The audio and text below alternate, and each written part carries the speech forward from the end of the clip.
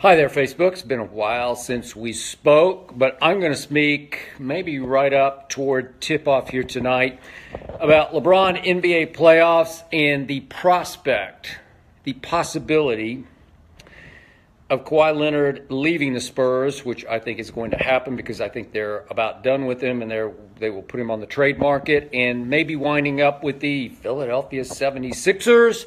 I will get to that shortly, but before I get to LeBron, Raptors, somebody's got to make a cameo here. Somebody's got to take over the stage, as she always does. She steals the show from me every time here on Facebook Live. That is the daughter of my wife, Ernestine, and I, named Hazel. Is getting a little too big for me to hold. Thank you. I think I need to get my nose clean before. Thank you. Thank you. Hi, Hazel. Say hi to Facebook. She's a big girl now. She's a year and a half, maybe. She can run, she can wrestle, she can bite, just play bite. Hi, Hazel. She's in a better mood tonight. Yeah, very happy girl. Thank you very much, Hazel. Fine. Thank you. That's Hazel. I'm Skip, your Facebook Live. He's the king, best player on the planet, says my partner on Undisputed, LeShannon Sharp.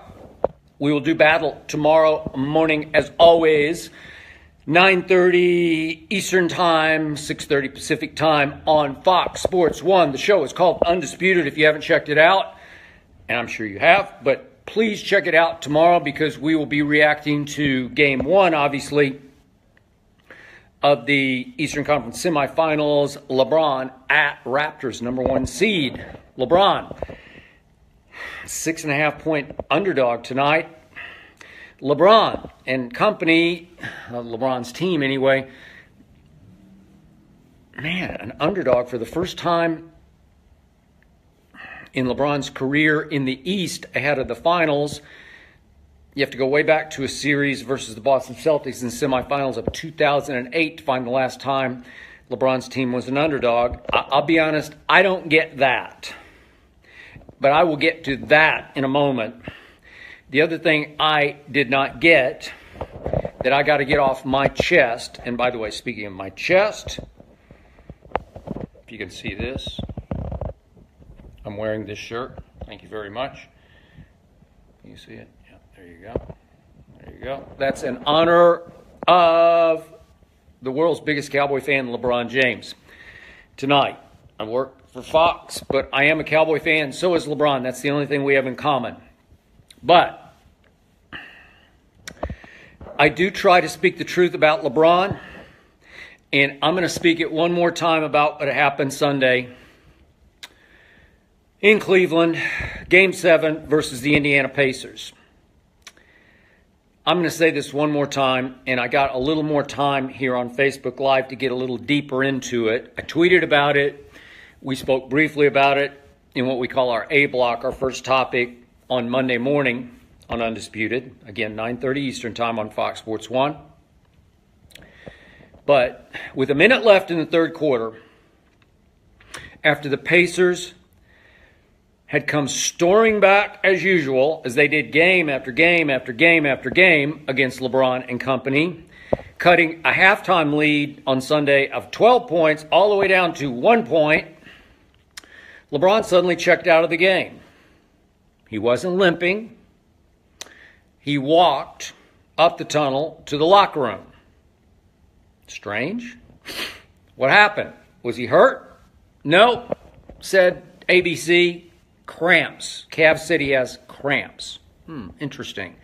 Well, the one and only other time I saw LeBron with cramps was, as you probably recall, Game 1 of the NBA Finals 2014 versus my San Antonio Spurs in San Antonio the night the air conditioning failed, and yet the only player who played in that game who cramped, and it was a little drippy in the building, but only one player only cramped, and that was in the heat of battle in the fourth quarter of a very close game in which, at that point, as I recall, let me get this right. the Spurs led by 4 at that point, and I think there was 7 minutes left when he cramped and went out. And then he sat for a little bit, he came back in, and he was limping around. He actually limped in and made a layup. And 30 seconds later, he took himself out, and the Spurs went on another big run and won the game going away. Game 1, last time that I saw him cramp. So I didn't see any evidence of cramping at all. What do I know about cramping? I've run a whole bunch of marathons, and twice in marathons I've cramped, but the first time was my very first marathon, which I ran in San Francisco. It was quite a while ago, but I didn't hydrate right, and by the finish line, I was getting a little limpy, and by the time I crossed in downtown San Francisco, I just locked up. It was all-time painful. I thought I was going to die. My right calf, as I recall, just locked, and I was just in anguish because it just locks, man. You are out of liquid, and it seizes up, and it's like knives are stuck in your calf, and you just want to be put out of your misery. And one of the medics came over and tried to help me, but there's not a lot that can try to massage it. But anyway, the point is, it just debilitates. It just shuts you down, and for a second, you just want to die. You just want it to stop, and maybe you've had a cramp in bed, and it's kind of like that, where it just gets stuck, and you just think, I can't get through this. Well, that's a cramp. So LeBron was cramping, but we didn't see any evidence of limping. I didn't see any grimacing. I don't know what happened. LeBron did say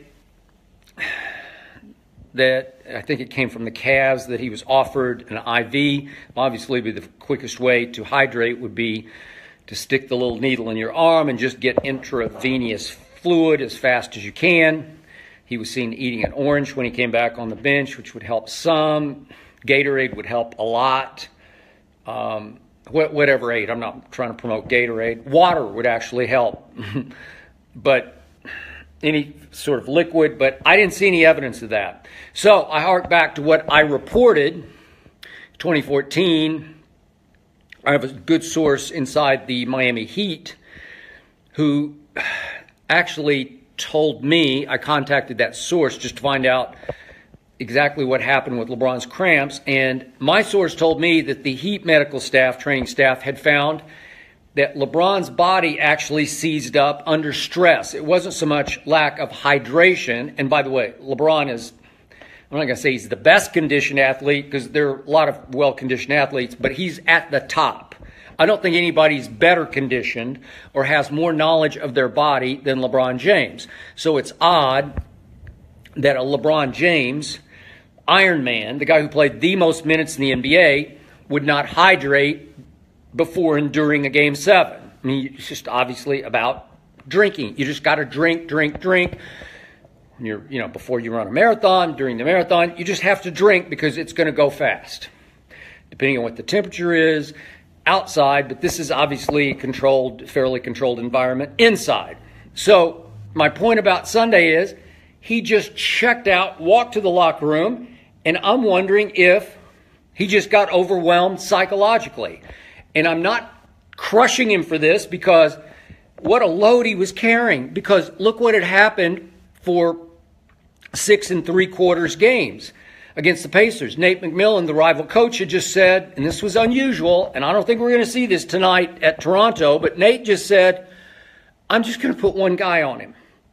If he wants to shoot a layup drill all night long, he can have any layup he wants on Bogdanovich or occasionally on Lance. All Lance can do is just try to bother him, to, blow in his ear or trash talk him or just try to distract him. He finally distracted him, obviously, in Game 4, 6 minutes to go, into a technical foul, a little pushback.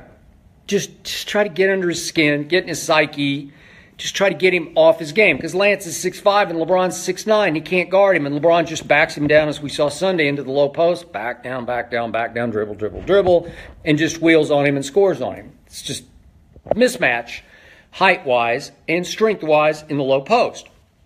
And how many layups did LeBron shoot where he's not even dunking it, he's just laying it up? How many of those do we see? It's just a parade.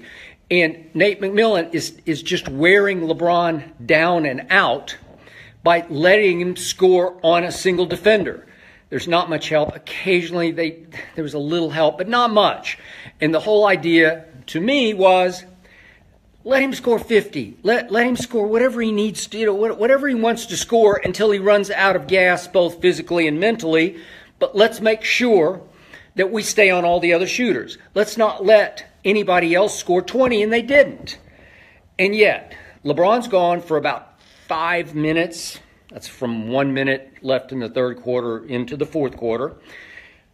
And what happened in that stretch? An incredible thing happened. Nobody's making a big enough deal of this.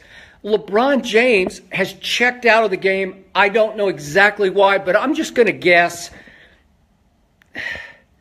This is just me. It just looked like he just got overwhelmed and needed to go just take a break. That it was just crushing him, and the Pacers just wouldn't go away, wouldn't leave him alone. I like what Jeff Van Gundy, one of my favorite movies is Rounders, and he used the Teddy KGB line when he and Matt Damon are going at it for all the marbles at the end of the movie. And Teddy KGB says, hanging around, hanging around, hanging around. And that's all they were doing. And it was just driving Teddy crazy and driving LeBron crazy. And the incredible thing that nobody has seized upon is that in this stretch, the other quote-unquote all-star on the team, he has made an all-star. What's Kevin Love made? A couple all-star teams? What am I? I'm losing track. 3? But Kevin Love, the other all-star, he made big shots, huge shots. These are season-saving, eventually like LeBron career-saving kind of shots. Kevin Love makes a huge 3, then he makes a mid-range jump shot, and in between, George Hill makes 2 free throws, and then Jeff Green makes 2 free throws. And the Cleveland Cavaliers go on a mini run without LeBron James on the floor. And nobody knows exactly why except for quote-unquote cramps. I don't know. I'm not sure I'm buying the cramp part. I'm not seeing cramps. Whatever, he's checked out. And then just seconds after he walks back onto the floor to resume playing, Kevin Love makes another bomb 3. And they go from a 1-point lead when LeBron checked out to a 12-point lead. What? They're up 12, and the game is basically over. And Kevin Love saved the season. I don't care what you say. And I've just fought with Shannon about this, and he doesn't want to hear a word of it. So just let me get this off my chest before I get to the Raptors. Kevin Love saved their season. Don't tell me he doesn't have help, because that was huge. And meanwhile, Victor Oladipo, for whom I've gained respect, he had a breakout year and a breakout game 1 and a breakout game 6.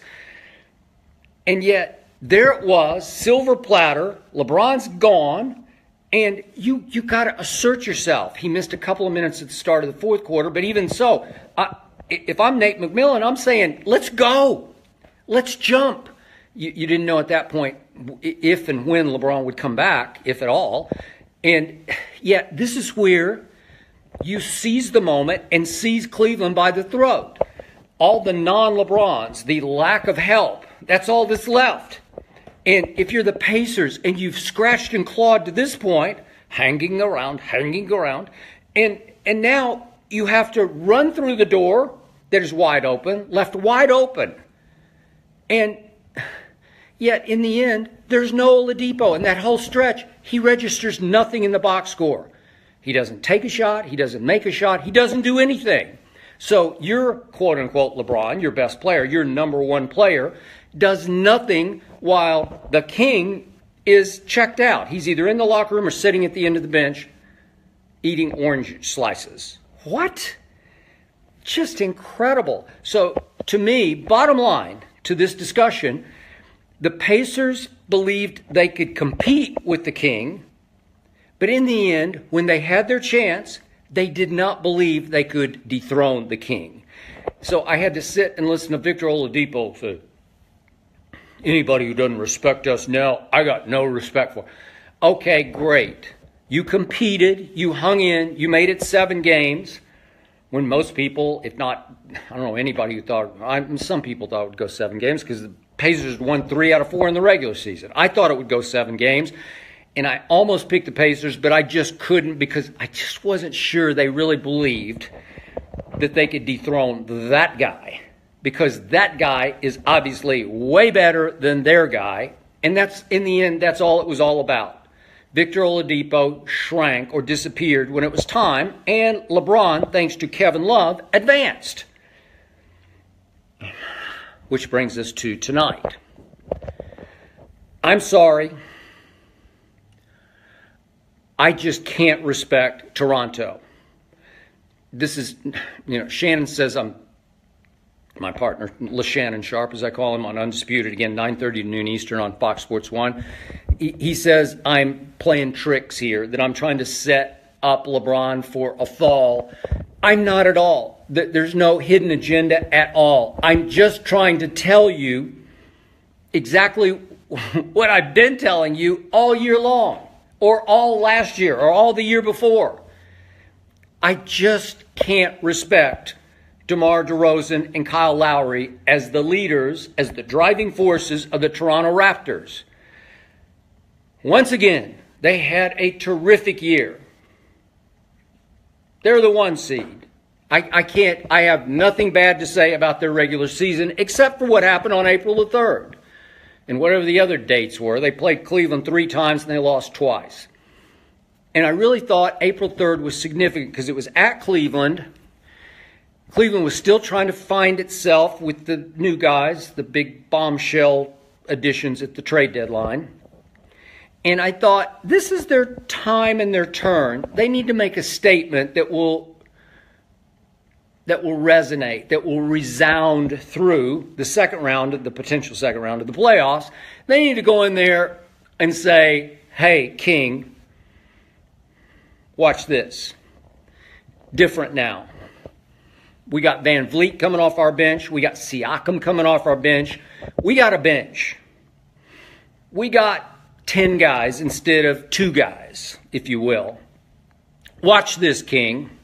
And I watched for a half. It was interesting for a half. And then you know the rest of the story. It was the same old story. And I still think it's going to be the same old story this time. Again, LeBron's quote after the game was, I'm burnt.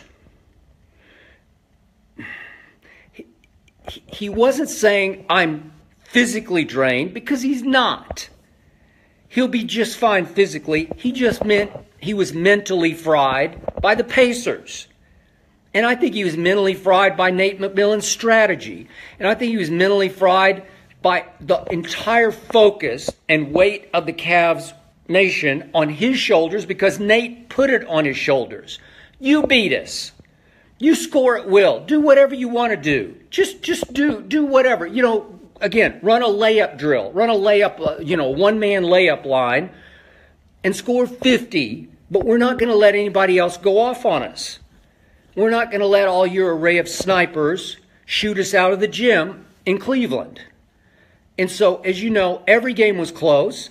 And there were 2 blowouts against the Pacers, and they were both Pacers blowouts. And the Pacers won the total 7-game score by 40 points. Credit Nate McMillan. Dwayne Casey, I'm not so sure. I'm not sure he's a very good basketball coach. He's a tough guy. He's an old school, hard-nosed, watch this kind of guy. I do it my way, and his way is not Nate's way. And I'm pretty sure they're going to run multiple defenders at LeBron, as they always do. And I'm pretty sure that LeBron will be able to find open shooters. And I'm pretty sure that a lot of the guys who didn't get going against the Pacers are going to get going tonight. The shots will be there. And I'm here to suggest that LeBron's bench, his team, is just better than Toronto's team. I love Van Vliet. I loved him in college, Wichita State. And he comes in, he's like Terry Rozier. He's just fearless. He just believes he can play. And yet, That's not going to be enough because Cleveland's bench, thanks to the bombshell at the trade deadline, is deep and it's talented. And we did not see Rodney Hood or Jordan Clarkson, or Larry Nance Jr., or even, for that matter, George Hill, because he was hurt for a stretch. We didn't see them go off the way they can go off. Tonight it starts. They got the first round jitters out of their systems because the new guys obviously were feeling the weight of the Cavs world, as in, are we going to be the reasons? Are we going to be the scapegoats for LeBron losing the first round series of his entire 15-year career? Well, that's a lot of stress and pressure on those guys. And clearly it got to them. And they weren't free flowing. They weren't shooting it like they meant it. They weren't shooting with conviction or poise or confidence that I saw them shoot it with during the regular season. These are talented players, man. And they can all shoot it. And so, Ty Lue, I think it was LeBron's decision. I still think he coaches the Cavs in big picture decisions. I think LeBron just said before the game, let's just go with, the old Texas expression. Let's just dance with who brung us. Let's go back to the guys who have been in big games, been in finals. Let's start our five who know what it feels like to play in a big game. And they went back to Tristan Thompson, and I've been beating the desk on Undisputed for, 2 weeks. Play Tristan. Just play Tristan. He knows how to play. He got the contract for a reason. I know he's been distracted off the floor. I don't care. Just let him have a shot at a Game 7. In any big game, just let him have a shot because he can play with extreme energy. And he's crafty, and he's got some Rodman in him, under the basket. He's just got that knack and nose for the ball and for body angles, and he'll just out-scrap you for balls. And then he made a big block, obviously with a minute 20 left on Collison. It didn't save the game, but it was a nice block, and he's capable. So you play him more, and you play JR more, and you play Kyle Korver more, and again, the Cavs are just better. So tonight is about the other two guys. There's something about those two. They look across the floor at the king, the beast of the East, and they just psychologically genuflect. It's effectively dropping to your knees and we worship the king. They shrink. They turn into what Shannon Sharp calls them, the baby dinosaurs. The Raptors have short arms, and their arms just sort of recede into their bodies, and they play small because they're not LeBron and they're all stars, but they know deep down they're not the stars. And neither one of them have played very well, especially DeRozan against LeBron. So they got swept last year, and those two have lost 8 of their last 10 playoff games to LeBron James. I think it continues on tonight. I plunged and said sweep. And again, this is another case. It's sort of like Philly-Boston last night, where LeBron and company had to scratch and claw themselves to get through their 7 games against the Pacers, but they are battle-tested. They are on edge. And again, I don't think it took physical out of them as much as it took mental out of them, but now they can heave a big sigh of relief and go in with their fighting edge. And Toronto clinched a little bit earlier, and I just think Drake's going to be there tonight, I assume. I don't know that for a fact. He just always seems to be there for all the big games. And the mere sight of Drake just inspires LeBron. He'll play higher, and the mere sight of Drake puts more pressure on the two Toronto stars. And I just don't think they'll be great. And I think it'll be a close game, and I think the non-LeBrons will all contribute in ways you haven't seen consistently against the Pacers. And I just believe they're going to win Game 1. I tried to get Shannon Sharp. He picked, believe it or not, the Raptors to beat his king tonight. I just couldn't believe it. And he said, well, I'm just being honest. Okay, I respect that. So I said, spread's 6.5. They're 6.5-point underdogs. That's pretty significant. Game 1. So I asked Shannon, I'll take those 6.5. I'll take the king plus 6.5. We got role reversal going on, in this case, on Undisputed. He's obviously a huge LeBron idolater. And he wouldn't do it. He said, I don't want to bet against or have to root against the king. And I accept that. I respect that. I actually anticipated that. But I offered the same bet to Jim Jackson. He wanted to go straight up. I said, no, I'll take 6.5 because I'm not that committed to what I believe. I just think the 6.5 point underdog can win tonight. And if the Cavs do, look out, because then I definitely think they can win game 2. And if they do, they'll sweep this team. They'll go home and just put it away. And you'll see them catch fire in the same ways you saw after the trade deadline when obviously they went to Boston and went boom, boom, boom, and they went to Oklahoma City and went boom, boom, boom. And the world, the NBA world, if not the Cavs world, said, LeBron has help. My man Shannon Sharp was virtually throwing a victory parade across the table from me about the acquisitions at the trade deadline. So they're all still there. Yet every day I have to go in and hear, he just doesn't have enough help. Nobody helps for LeBron. Watch. He had help Sunday when it mattered, when he checked out, and he will have enough help tonight. And when is the next one? Is it Thursday night? Game 2, Thursday night. He'll have enough help. You just watch. And the two stars on the other side will not be enough help for their teammates. You just watch. Which leads me to the other conference semifinal. Just a quick thought on the Boston Celtics. I picked the Philadelphia 76ers to win the East. That means I picked them to beat LeBron and company in the Eastern Conference Finals. That would be a spectacle. That would be a battle royal. The old versus the new. Is it time to pass this torch, LeBron James? Is it time to join the torch, so to speak? Could LeBron, after losing the Eastern Conference Finals, then say, I want to, if I can't beat them, I will join them next year in Philadelphia? Interesting. Kevin Durant did it. Kevin Durant, quote unquote, got away with it. He just got savaged on the internet. He took incredible all-time ridicule from his critics. And yet what happened? He joined forces with Golden State, and he was the Finals MVP, and nobody can really remember, what did he do? He left Russell Westbrook, and then the other night, the team that I picked, because I had nobody left, I didn't have my Spurs left in the West, but so I took a plunge on my hometown team, Oklahoma City, grew up, born and raised, love Oklahoma City, hi Oklahoma City if you're watching, and I said, maybe this is the year, maybe Russ will have enough help from Carmelo, and as I now call him, George Paul, to get through the West and get to the finals and win the finals and to get a measure of revenge over Kevin Durant for leaving him. And what happened? Once again, somewhere Kevin Durant, what night was that? Friday night, last Friday night. I still haven't recovered from it. I may never recover from the last minute of that game in which the Thunder had 6 straight shots, which is hard to do in a single possession. 6 straight shots. I thought Paul George got fouled shooting a 3 on the first shot of that possession. He also shot and looked like he might have gotten fouled. I probably wouldn't have called that. I know by the letter of the law I would have called that one. But the point is,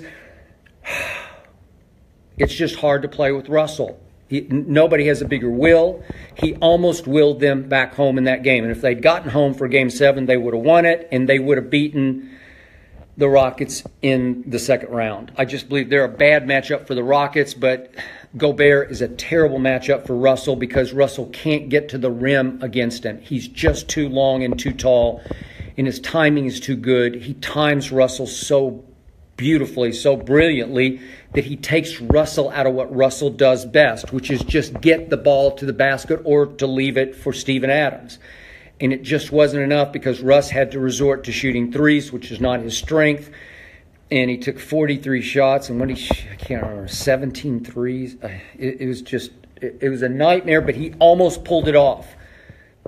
The greatest warrior will. It's as great as any since Jordan, and Kobe's obviously up there, but so is Russ. He is up there in that echelon with those guys for just warrior will. And yet, in the end, even that couldn't pull it off.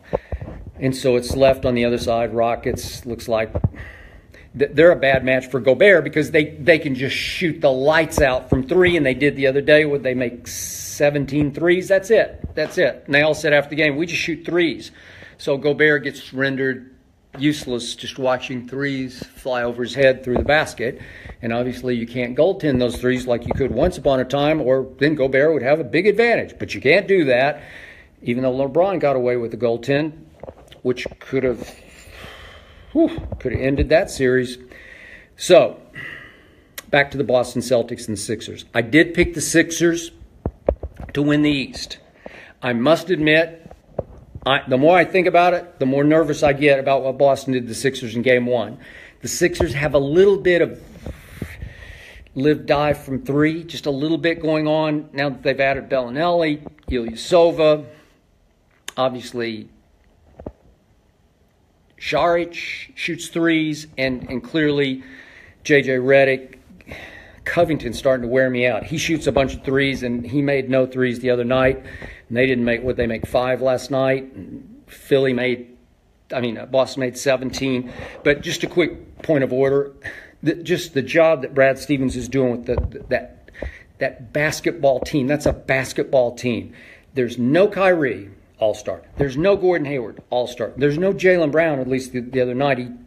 Last night he had to sit with the hamstring. So he's going in, he would have been, at the top of the list as your next upcoming All-Star. And yet, now it looks like Jason Tatum's bound to be an All-Star. And Al Horford's a 5-time All-Star. Doesn't get any credit for it. That slips everybody's mind. And all of a sudden, Terry Rozier, what is it about these Louisville kids? They just get lost in Rick Pitino's system. Donovan Mitchell sort of came from nowhere. And I thought he should have been Rookie of the Year. I'm sure Ben Simmons is going to win it, but I thought Donovan Mitchell should have won it. And now it looks like Terry Rozier should win something for what he keeps doing in the playoffs, because he's come from nowhere, but he was the 16th overall pick in the draft, not in the lottery, but still mid-first round pick, sort of like Kawhi Leonard territory. I'm about to get to Kawhi Leonard. And I just have immense respect for what they did to Philly. And I have immense fear of them going forward because they are a handful. They were the number 1 defensive team, and they were number 1 in guarding the three-point shot. Number 1 defending the three, Boston. Number 2 defending the three was Philadelphia, and Philly got roasted from three. So, something's going to have to give here in Game 2, but if it's Philly giving, again, because they're just not quite ready for this quiet little force that has become the Boston Celtics without 2 All-Stars. Jaylen Brown, I assume, is going to play. They said he probably could have played Game 1. Man, I'm starting to worry about my pick. But I do love the Sixers. And Joel Embiid, see, he goes for 31 and 13. It didn't matter. They still lost by 16. How do you explain that? 3-point shooting plus 32 points? 36 points? What was it? Let's see. 36 points. Plus 36 points from the three-point line. You're going to win some home games doing that.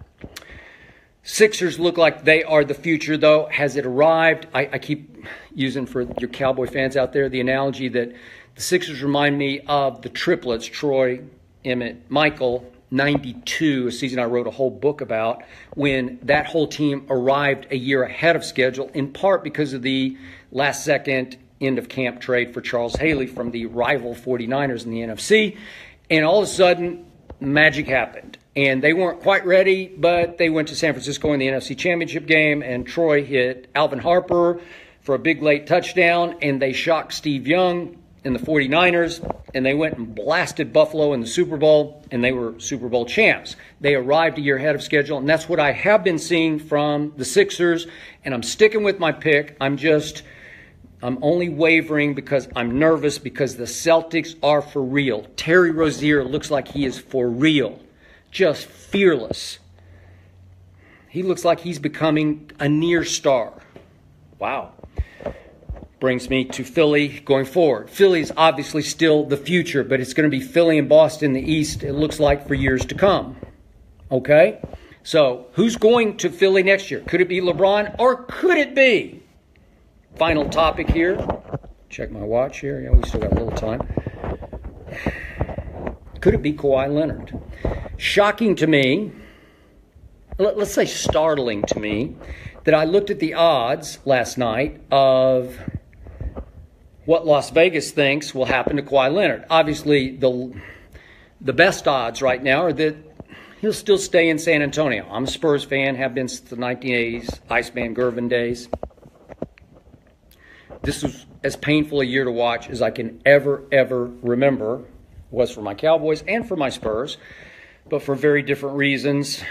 Cowboys lost Zeke for 6 games, lost Sean Lee for 6 games. Suspension, injury, but this was just bizarre. We, as in the Spurs, lost Kawhi for all but 9 games. And I thought going into the year that Kawhi Leonard had a real shot at winning MVP. Best two-way player in basketball. Top 2 or 3 defender. And last year, he began to figure out how to make the three-point shot, especially when it mattered the most. He became a deadly clutch shooter. Won a bunch of games. I'm going to say it one last time. They had Golden State on the ropes in Game 1 of the Conference Finals last year at Oakland. They're up 23 third quarter. And you know what happened? Zaza Pacheep shot happened. He stuck that size 50 or whatever it is sneaker underneath Kawhi as he came down. And the rest is history because the Spurs were history. And they blew the 23-point lead without Kawhi, and Kawhi couldn't go forward, although I think he probably could have played if they thought they had any chance from that point on. And he didn't. And that was pretty much the end of Kawhi as I knew and loved him. He managed to play 9 games this year, but he continued to complain about a quadriceps muscle that has taken a beating. He's had some contusions. He took a knee earlier this year. He'd taken one last year. He maybe got it hit 2 or 3 times. Again, it's just a deep bruise. And yet, for reasons I can't explain, it cost him basically the entire basketball season. And so now the conjecture rises, stay or go. Will they trade him? Would they give him the max? Would they give him $219 million to recommit to San Antonio? I hope not. As I've said on Undisputed, again, 9:30 to noon Eastern on Fox Sports 1. As I said again and again, I'm a Spurs diehard, and I am done with Kawhi Leonard. Over and out. He does not clearly want to be there, so they should ship him out. And I know the Kawhis of the world do not grow on trees in San Antonio. You can't just snap your fingers and go find a Kawhi because R.C. Buford, the best GM in basketball, pulled off the steal, not of the century. It's got to be way up there as all time. He traded George Hill straight up for that 15th pick that year. What are we going back to 2012? Straight up, George Hill, the guy you're about to see play for LeBron's team. That George Hill, who I never loved as a Spur. I respected him, but I never loved him. And he traded George Hill to Larry Bird and the Pacers straight up for the, 15th overall pick, with which he used on Kawhi Leonard. San Diego State, no big deal. I didn't hear a whole lot of buzz about him, I must admit.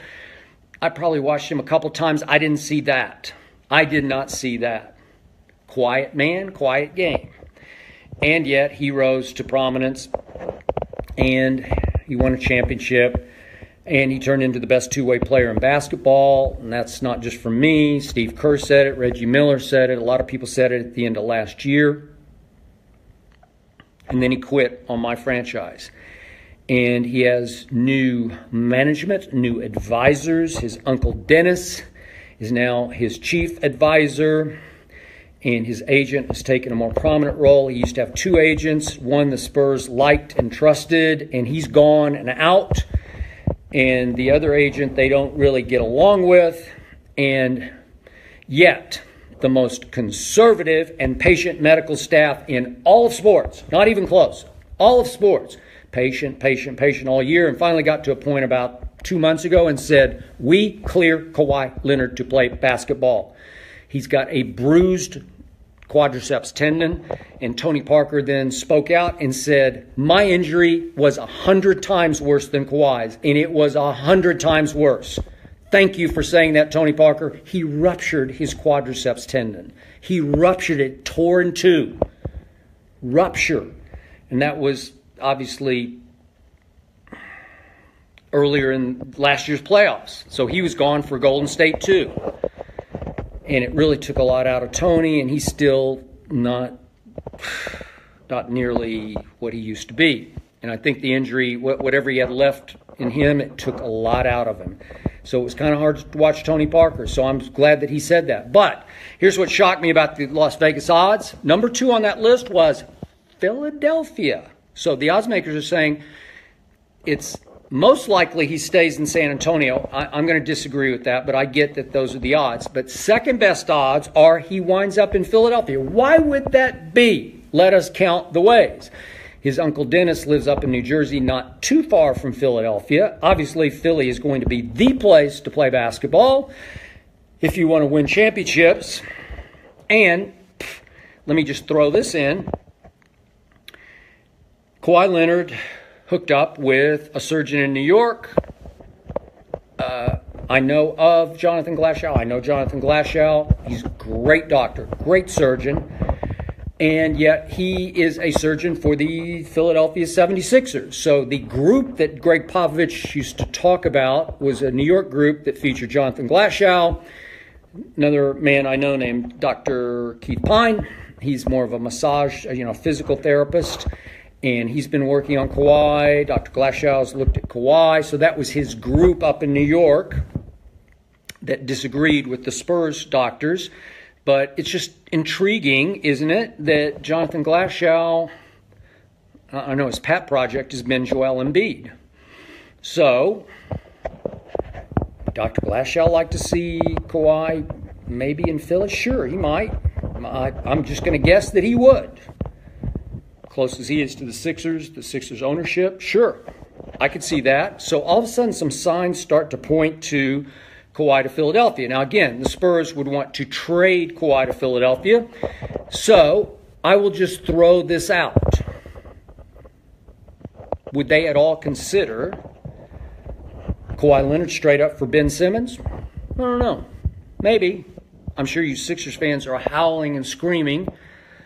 But Ben isn't much of a shooter. He's a pretty good defender. In fact, he's been ranked high most of the year. But Kawhi could be the best defender. I don't know. Could be interesting. Could that be the kind of trade that RC would want to pull off? Maybe I'm looking at it through Spurs-colored glasses. But there is talent there. There's a lot going on. I'm not a Markelle Fultz fan, so don't tell me Fultz straight up for Kawhi. I can't even stomach the thought. But there may be a combination thereof. But the big piece to me is Joel Embiid, 31 and 13 last night. Just a flat-out monster, just unstoppable. Former Spur Aaron Baines, big-bodied, 6'11", 7-footer. He's got virtually no shot against Joel Embiid. Now, Sixers insiders tell me that internally they think Ben Simmons is going to ultimately be more valuable than Joel. I'm not sure about that. As much respect as I have for Ben as the 7-foot point guard, but one or the other would have to go back to San Antonio for Kawhi, in my view. If you added him to those two, it'd just be over. But anyway, there's got to be some trade going on. But I'm just telling you that with the Uncle Dennis connections to Jersey, Philadelphia, Dr. Glashow to Philadelphia, agent lives in the Northeast, somewhere up there, pretty close also. Could be. So I could see all signs pointing to Philadelphia, and I believe that Kawhi was advised to just take his time with the injury this year. I'll never know, because nobody will ever know except Kawhi Leonard. This is what I've said my whole career. I wish there's some kind of machine that you could hook up to Kawhi that each of us could just put our hand in while it was hooked up to Kawhi's quadriceps. And you could feel for 1 minute what Kawhi was feeling like when he jumped up and down on where the quad tendon attaches the top of the knee. See what the pain level is. He said excruciating, can't play. I'm doubtful about that. I'm thinking that his advisor said, you don't want to spend the rest of your career in San Antonio. Let's just not play. Let's just burn this bridge to the ground. And to me, they burned it to the ground. Again, the organization was hoping that Kawhi Leonard would become the next Tim Duncan, not in game, but in stature, in leadership, in face of franchise, quiet leadership. Not that I ever sensed any real leadership from Kawhi, but he sold that team out. He just flat out quit on that team and basically said, trade me. He just basically wore a sign all year that said, trade me. I want out. That's how it came across to me. And it seems like the logical destination is some kind of trade with Philadelphia. Now, I know RC, and he is the ultimate trader. And he will come up with some way, somehow, it could be a sign and trade, but he's got to get something very valuable in return back for Kawhi. I just don't think they want to go forward with him because he's just going to be terminally unhappy in San Antonio. And you don't want that guy as the face of your franchise. You don't want to keep building around that guy.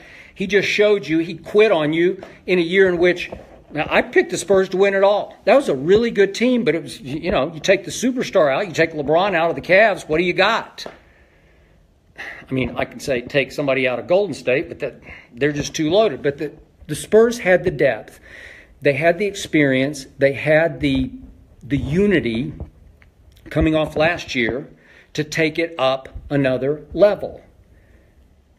I like the team. They came within one game of having the best home record in basketball. Okay. They just needed Kawhi, and he quit on them. But I'm going to bet you tonight that the ultimate end game here for Kawhi Leonard was to get to Philadelphia. I just feel it in my bones. It all makes sense to me. There are too many Philly-like connections at work here. Which brings me back to the playoffs, which brings me back to tonight. I'm going to say the Cavaliers, in an upset, close game, late game heroics by somebody other than LeBron. I don't think this will be LeBron's night late like it was in the one game against the Pacers. What was that, game 4? I think somebody else is going to rise and shine. Maybe Kyle Korver hits a late big 3 to win this one. I think the Cavs, and I can't even believe I'm saying this, but they're 6.5-point underdogs. I think they steal game 1 against a team that with Houston had the best home record. I think the Raptors are being outrageously overrated. I think LeBron James will take one look at Drake and say, watch this. I say the Cavs will win tonight, and I'm going to stick with my pick. They'll clash headlong with the Philadelphia 76ers, who will barely survive Boston, and the Sixers will finally dethrone the king. I'm sticking with it. I can't wait to talk about it tomorrow on Undisputed, 9:30 Eastern, 9:30 to noon Eastern on Fox Sports 1. Thank you for hanging with me tonight, Facebook. And for once, ironically, I'm about to go root for the king. Later, Facebook.